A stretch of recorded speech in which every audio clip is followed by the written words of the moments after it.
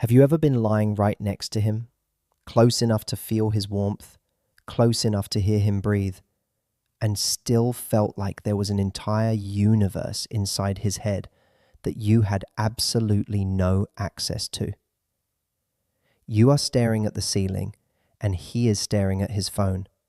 And somewhere in that quiet space between you, you wonder, what is he actually thinking about? Not about work, not about the mortgage, but about you, about this, about what he wishes he could say, but somehow never does. That feeling, that specific, quiet ache of curiosity is more common than you know. And today, we are going to do something about it. Because what if I told you that the silence between the sheets is not about a lack of desire?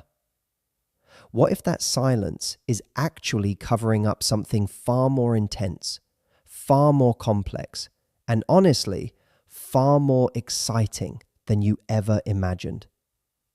Stay with me, because today we are breaking the seal. Here is the truth that nobody talks about in the open.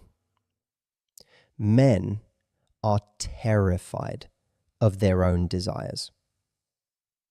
From the time they are boys, men are handed a very specific script about what it means to be normal, strong, in control, uncomplicated.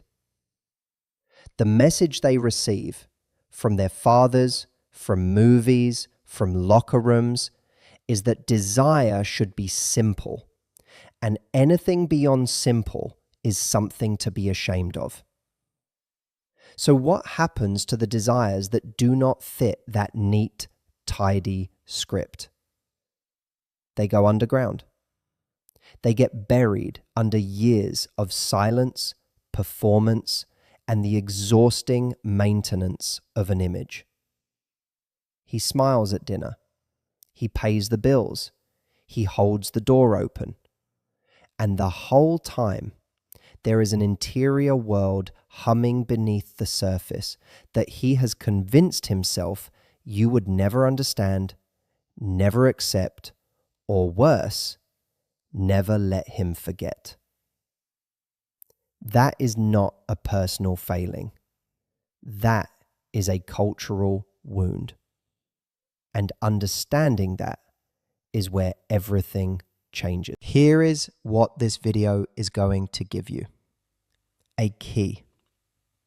A key to a room in his mind that he has kept locked. Not to keep you out, but because he was never sure you wanted in.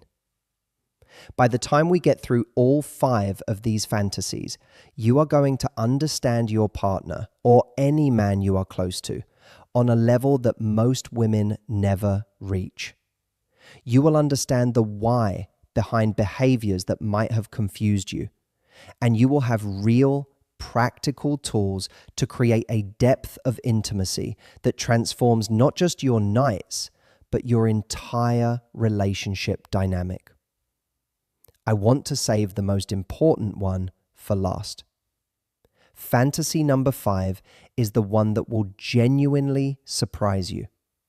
Not because it is the wildest, but because it is the most unexpectedly human. It is the one men want most and ask for least. Let's begin. Fantasy number 1, the power exchange, dominance and submission.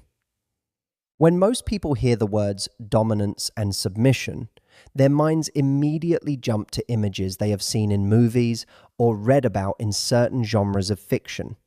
Leather, chains, dramatic theatrical performance. And because of that, a lot of women hear about this fantasy and immediately feel either intimidated or mildly alarmed, wondering if it says something troubling about the man they love. It does not. And here is why. The dominance and submission fantasy is almost never about pain or props. At its core, at its deep psychological core, it is about the release of responsibility. Think about what it means to truly let go, to surrender the need to perform, to decide, to lead, to manage, to simply be, without agenda, without outcome, without the weight of expectation pressing down on every single moment. That is what this fantasy is really about. It is about psychological freedom. For a man who submits, it is the unimaginable relief of having someone else hold the reins. For a man who wants to dominate, it is the intoxication of being trusted with someone's complete surrender. Both sides of this dynamic are at their foundation about profound psychological intimacy and a level of trust that goes far beyond anything surface level. Here is the part that trips most women up, and once you understand it, so much will make sense. The men who most commonly fantasize about submission are not the wild, unpredictable ones.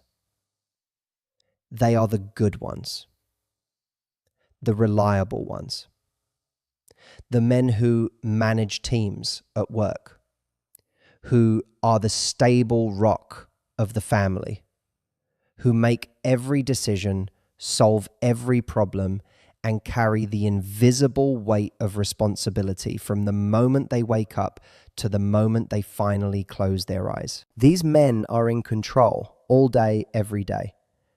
And the bedroom becomes the one space on the entire planet where they can imagine setting that down, where someone else takes charge, where they do not have to be the strong one for just a little while. That is not weakness. That is deeply human. The paradox works in reverse too. The quieter, more passive man, the one who seems to defer in most areas of life, sometimes carries inside him an intense fantasy of being totally, powerfully, undeniably in command. Because he never gets to be that person in his daily reality, the mind builds it as a sanctuary of fantasy. Neither version of this is dangerous. Both versions are an invitation to something real. So what do you actually do with this information? The good news is that you do not have to schedule a formal conversation or pull out a checklist. The most powerful thing you can do is simply make it clear through your behavior, your words, and your energy that nothing he tells you will make you think less of him. Start small. The next time you are together, try taking the lead in a way you normally would not. Make the decision. Be confident. Watch his response. Men communicate enormous amounts of information through body language. And if this resonates with him, you will feel the shift before either of you says a single word. Equally, if you sense he might be on the other end of the spectrum, if you feel like he holds back from taking charge, give him explicit, enthusiastic permission to do so. Verbally and clearly. Tell him what you want from him in that space. The invitation itself is the key. Most men will never push past a door that has not been clearly opened, because the fear of your discomfort is bigger than his desire. Your job is simply to open the door and leave it open. Fantasy number 2, the voyeur within. Let us talk about something that women often misinterpret as criticism, but is actually one of the deepest forms of appreciation a man can feel. Men are extraordinarily visual creatures, not because they are shallow, but because of how their brains are literally wired. Studies in neuropsychology have consistently shown that the visual cortex plays a dramatically larger role in male sexual arousal than in female sexual arousal. This is not a cultural construct. It is biology. And one of the most prevalent yet least discussed male fantasies flows directly from this fact. The fantasy of watching. Not watching a stranger, not watching a screen, watching you. And here is the crucial part that insecurity often prevents women from hearing. This fantasy has absolutely nothing to do with your measurements, your perceived flaws, or whether your body looks a certain way. What he wants to see is not a static image. What he wants to witness is pleasure. He wants to see the moment your guard drops. He wants to watch your authentic, unfiltered response to something that feels good.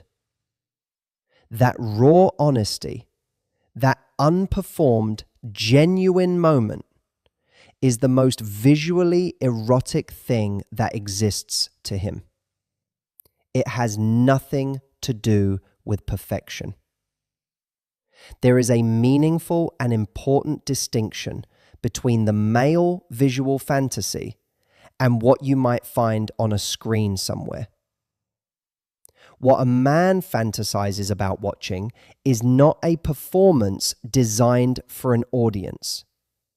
It is the precise opposite. It is the fantasy of witnessing something real, something private, something that only he gets to see. This is why one of the most commonly reported male visual fantasies involves watching his partner experience pleasure independently, alone, without performance. The idea of her not performing for him, but simply being, and him being trusted enough to witness that. That distinction is everything. Similarly, something as simple as keeping the lights on carries enormous weight in this department. Many men would prefer to see and be seen during intimacy, but they suppress this preference because they do not want their partner to feel scrutinized or self-conscious. They would rather dim the lights and preserve her comfort than ask for what they actually want. What they want at its core is presence. Visual, unguarded presence. They want to be fully in the room with you, not imagining you in the dark. That is not a frightening request. That is honestly one of the most connecting desires on this entire list. So if this is something he wants, something that is, when you really examine it, relatively accessible and deeply intimate, why does he never ask for it? The answer comes down to one specific fear. The fear of being labeled a pervert. Men who have strong visual preferences are acutely aware of how those preferences can be perceived. They have watched enough movies and absorbed enough social messaging to know that a man who wants to watch is often painted as predatory, objectifying, or somehow broken. And so the preference goes into a box, sealed shut, shoved under the metaphorical bed alongside every other desire they have decided is too much. He does not ask because he does not want you to feel like an object when all he actually wants is to feel more connected to you. He does not ask because he is protecting your comfort at the expense of his own authentic desire. And ironically, the silence around this particular preference creates far more distance between you than the conversation ever would. If you are reading his silence as disinterest, it is worth considering that it might be the opposite, that he is so interested, he does not dare admit how much. Fantasy number 3, The taboo of non-exclusivity. All right, here is the one we knew was coming. The one that makes people simultaneously want to click away and lean in closer. And I am going to ask you to lean in, because this section requires more nuance than perhaps any other on this list. Studies consistently report that fantasies involving more than one person are among the most commonly reported male sexual fantasies, placing regularly in the top 3 across multiple large-scale psychological surveys. So statistically speaking, if you are in a long-term relationship with a man, the probability that this fantasy has crossed his mind is genuinely very high. Before you spiral into insecurity, here is the single most important thing I can tell you. For the overwhelming majority of men, we are talking upwards of 90%, this fantasy exists exclusively in the realm of imagination. It is not a request. It is not a plan.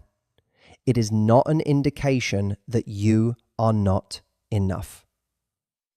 It is a fantasy, in the same way that fantasies about time travel or winning a championship are fantasies.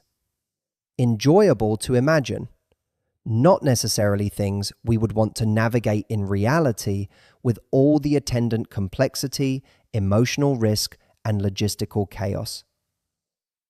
Understanding the why behind it is far more important than the what.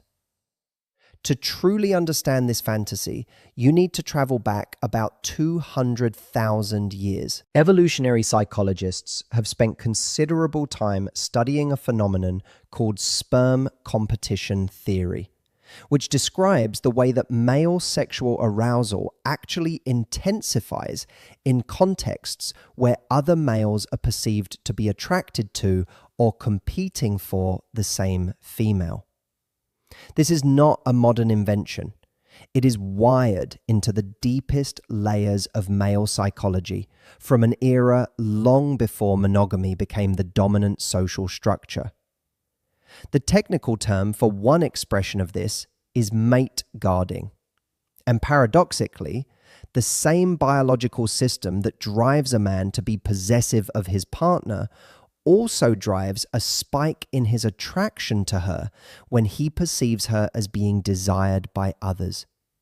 It is counterintuitive, but it is remarkably well documented. What this means in practical terms is that when this fantasy surfaces in a man's mind, it is often less about a genuine desire to share and much more about the psychological experience of his partner being intensely desirable.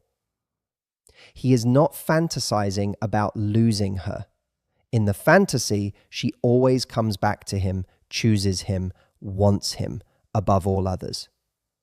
The fantasy is, in a twisted but deeply human way, a love fantasy. It is about being chosen.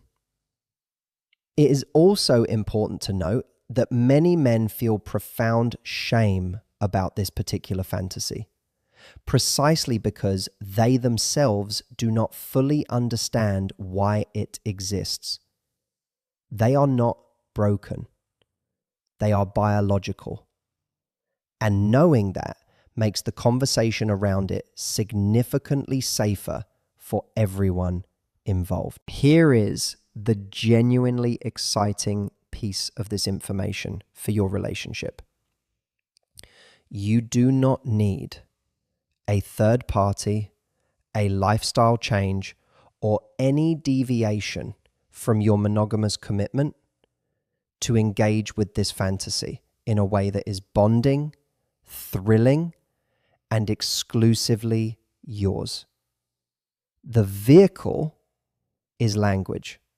Specifically, the kind of dirty talk that builds a hypothetical world together, a narrative that you co-author in real time that exists entirely within the private universe of the two of you and that evaporates the moment you want it to. When a man knows that his partner understands this fantasy well enough to engage with it verbally, when she can give it language, without judgment, without panic, without making him feel like a monster for having an imagination, the effect on his sense of safety and desire is profound.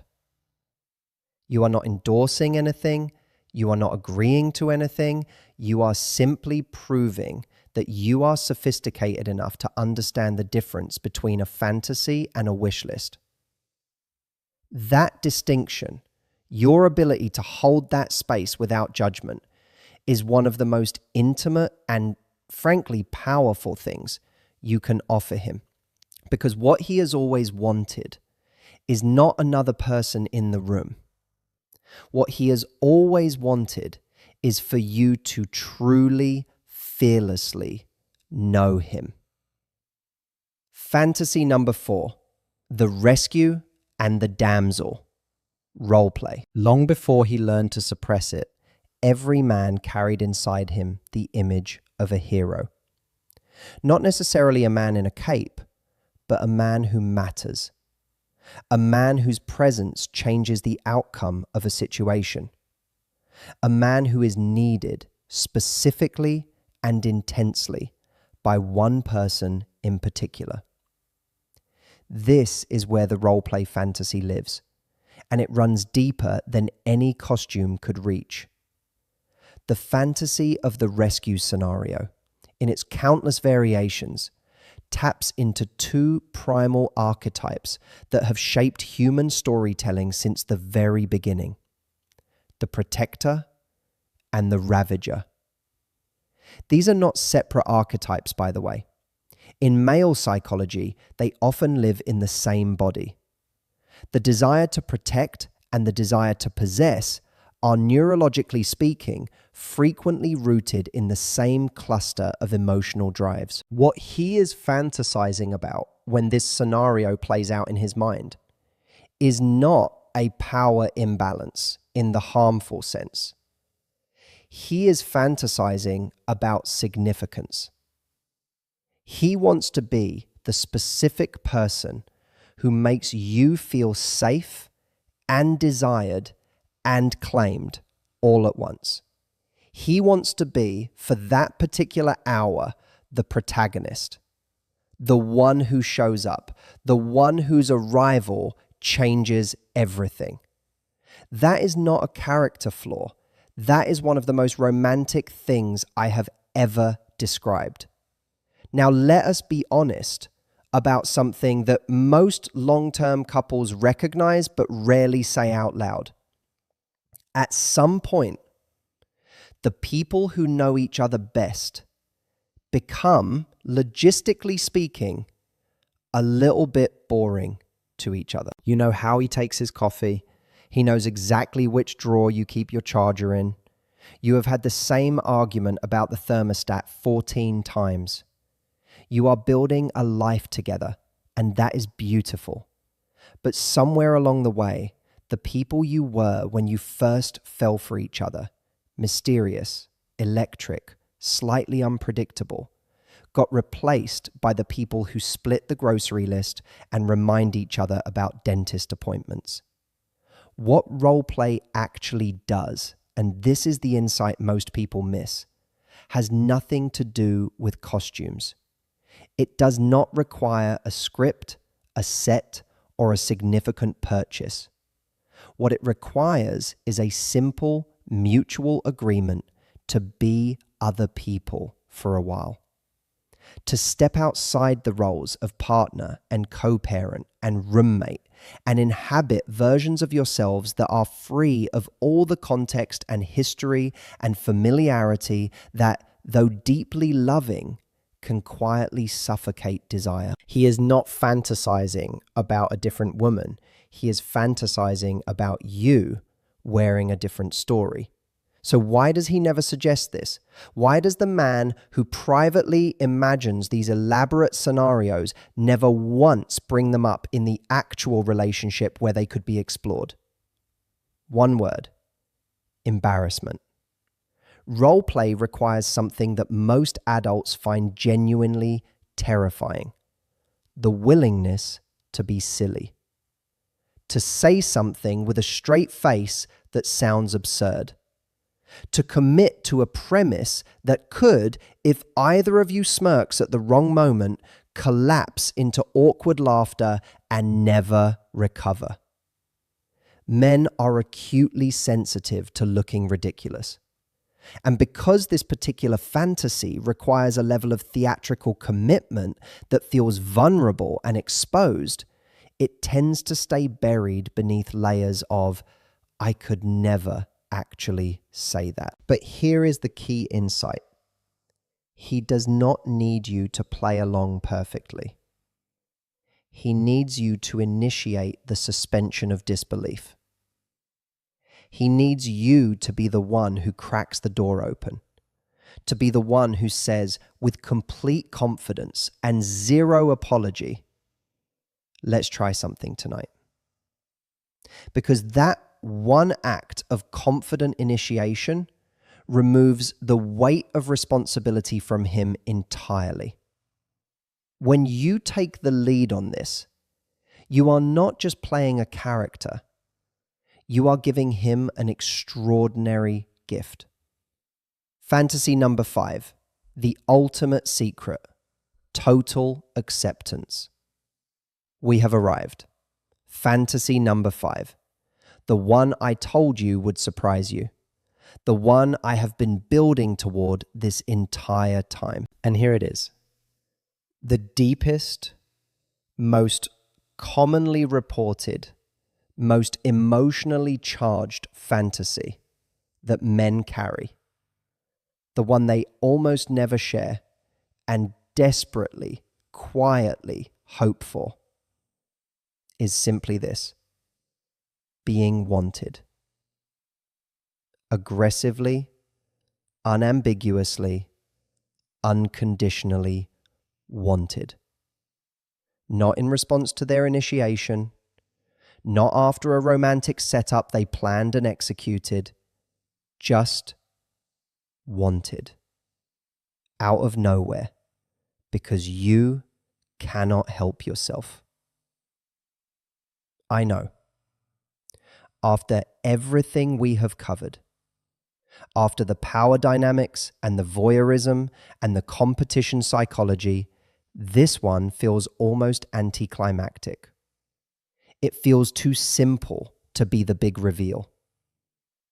But I want you to sit with it for a moment, because its simplicity is exactly what makes it so profound. The fantasy of being chosen, not as a result of his pursuit, but as the object of your genuine, uncontrollable desire, is something that virtually every man I have ever read about or spoken to carries somewhere inside him.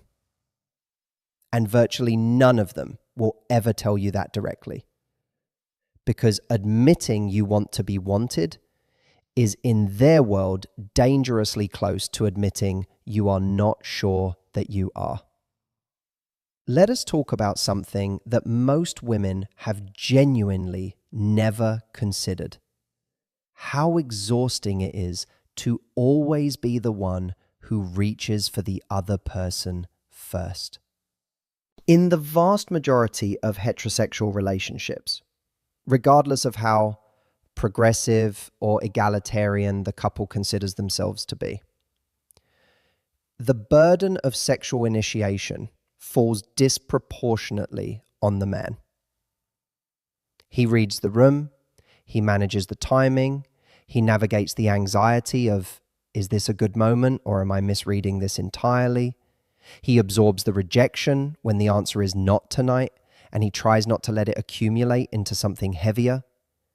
And then, often with very little acknowledgement that any of this takes effort, he does it again. What he fantasizes about in the quiet, unguarded spaces of his own mind, is the reversal of that dynamic. Not for power, not for control, but for reassurance. For the indescribable validation of knowing that the desire in this relationship does not belong exclusively to him. That it flows in both directions. That you look at him across a room sometimes and think, that person is mine, and I want him right now, and I am going to do something about it. That fantasy is not kinky. That fantasy is the foundation of a great relationship. And here is where everything we have discussed today connects into something larger than a list of fantasies. Every single item on this list, the power exchange, the visual intimacy, the taboo imagination, the role play, and especially this final, quietly devastating truth. Every single one of them points to the same underlying need. The need to be known and to be desired anyway. His fantasy is not ultimately about any specific act or scenario. His fantasy is that you know him completely. That you have looked into the full, complicated, sometimes contradictory landscape of who he is. And that your desire for him did not diminish in the light of that knowledge. It grew. He wants to know that you want him, not the performance of him, not the reliable version of him, not the provider or the problem solver or the person who remembered to take out the garbage. Him, the one underneath all of that, the one who has fantasies he has never told you about because he has not been sure you had room for them. That is what intimacy actually is. Not just sharing a bed, sharing a mind, sharing the unedited, unfiltered, unexpurgated truth of who you are when nobody is watching. You now have the key. The question is what you do with it. Unlocking the door. Knowledge is only as valuable as your willingness to act on it. So let us talk practically for a moment about how you actually use what you have learned today. Because for most couples, the biggest obstacle is not desire, it is conversation. The most effective way to open these conversations is almost never a direct frontal approach. You do not sit him down after dinner and announce, I have been researching your sexual psychology and I would like to discuss your fantasies.